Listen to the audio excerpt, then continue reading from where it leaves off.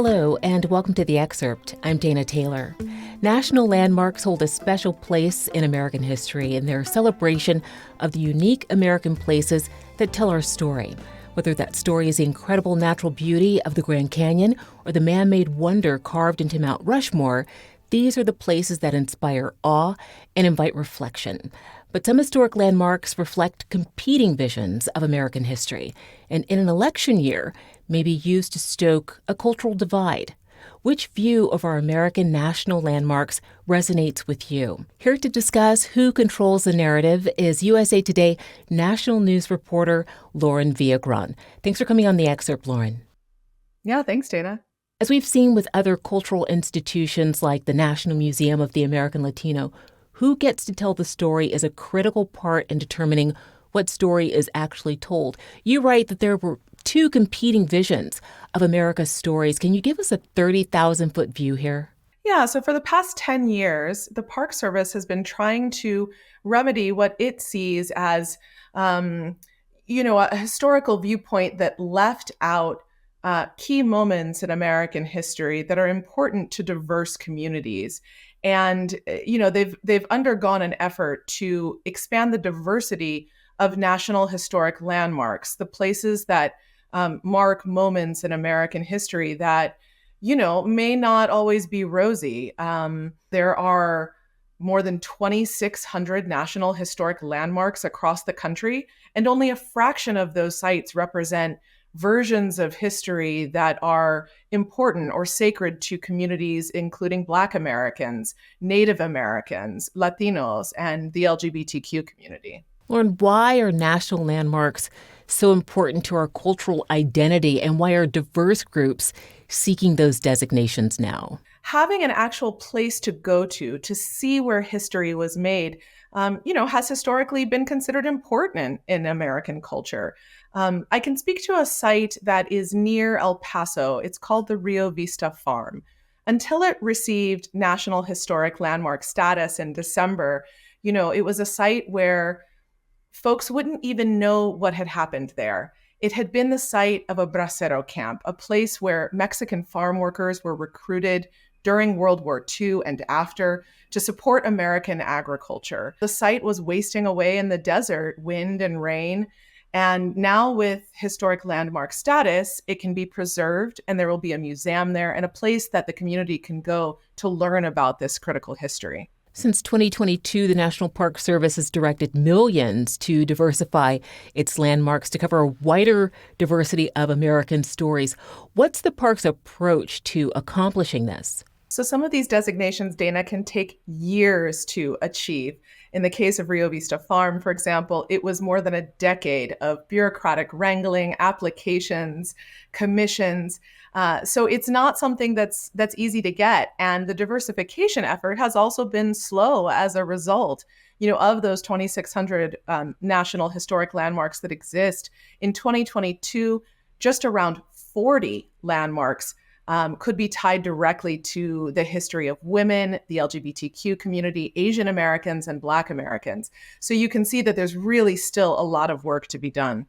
As you mentioned, not all of the proposed landmark sites are celebrating our diverse history. There are some controversial sites on the list that capture aspects of American history that are less savory.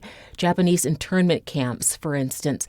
Talk a little bit about what people are working on there. Despite being controversial in some ways, there was some unity in Congress around the designation, for example, of the detention camp known as Amache, that served as a Japanese internment camp for U.S. citizens of Japanese descent during World War II.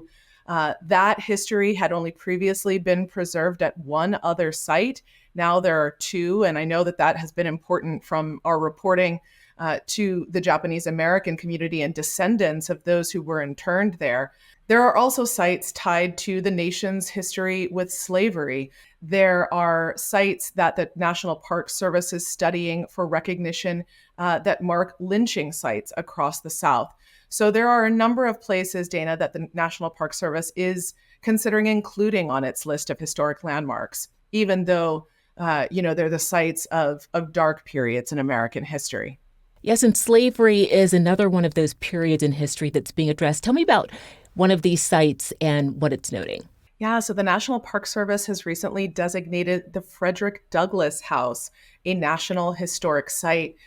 Douglass, a formerly enslaved man, became an abolitionist. He moved to Washington, D.C. in the 1870s, and he intentionally bought a house in a whites-only neighborhood at a high elevation.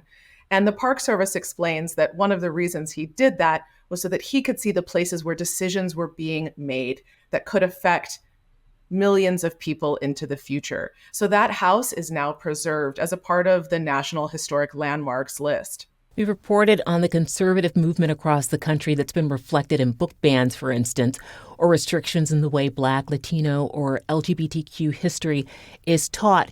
How is this playing out regarding national parks? What does the conservative vision look like on the ground?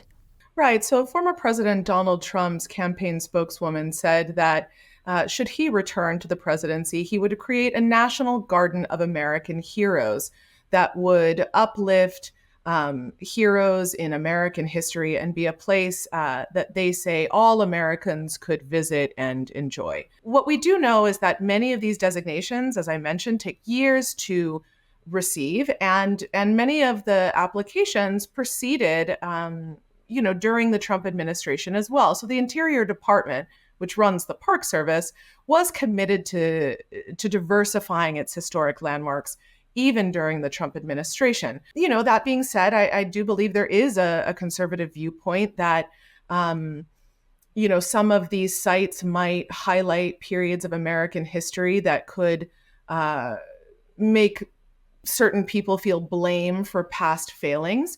The Park Service, though, will say that only by honoring and preserving all of American history can we learn from it. Our colleague Deborah Berry spoke with the head of the Interior Department's National Park Service for this piece. What did she share about their goals and challenges here? Yeah, I think the prevailing viewpoint in the Interior Department right now is that, the history of all groups of Americans belongs to all Americans. Black history is American history. Native American history is American history, and so on. So it does seem that the Park Service is committed to this effort into the future. And Lauren, what was the most surprising thing or interesting thing that you learned while reporting this story? Yeah, Dana, well, I have lived in the El Paso area off and on for 20 years, and I never knew Rio Vista Farm existed.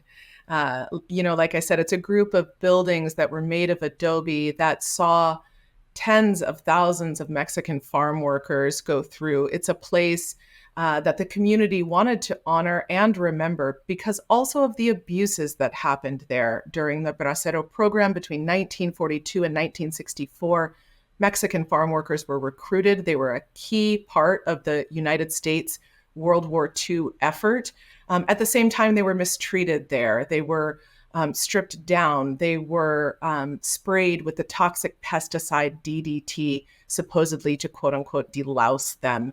It was a period of humiliation for them. Now, with the preservation as a national historic landmark, the site is going to see an influx of funding. There's going to be a Bracero museum. There's going to be a public library for the community. And it is already functioning as a community center and place for seniors in that community, including former Braceros and their family members. Lauren, it's a lot to take in here. Thank you so much for joining us on The Excerpt. Thank you for having me, Dana. Thanks for watching. I'm Dana Taylor. I'll see you next time.